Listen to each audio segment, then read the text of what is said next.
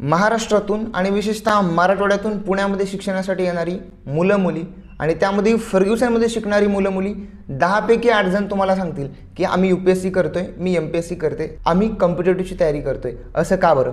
मागील काळात Fergusson college हे UPSC हब म्हणून ओळखलं जायचं. फर्ग्युसनने देशाला पंतप्रधानांपासून मोठमोठे नेते मंत्री दिलेले आहेत. पंतप्रधानांमध्ये विश्वनाथ प्रताप सिंग व PV नरसिम्हा राव हे देशाचे पंतप्रधान राहिलेले आहेत.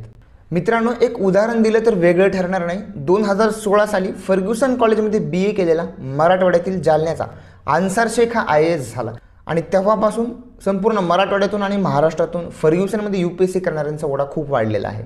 मित्रांनो, असं म्हटलं जातं की फर्ग्युसनमध्ये मुलांना UPSCचं वातावरण मिळतं. फर्ग्युसनचा BAचा आणि MAचा अभ्यासक्रम हा UPSCशी जुळता आहे, जेणेकरून विद्यार्थ्यांना असं वाटतं की आपला UPSCचा बेस आणि फाउंडेशन पक्के होईल. त्याचबरोबर येथील फॅकल्टीची मदतही खूप मिळते आणि त्याचबरोबर पुणे शहरात UPSC, MPSC व इतर कॉम्पिटेटिव्ह एक्झाम्सची कोचिंग इन्स्टिट्यूट मोठ्या प्रमाणावर उपलब्ध आहेत. पण मागच्या काही काळामध्ये फर्ग्युसनचा हा सक्सेस रेशो कमी होताना पाहायला मिळत आहे.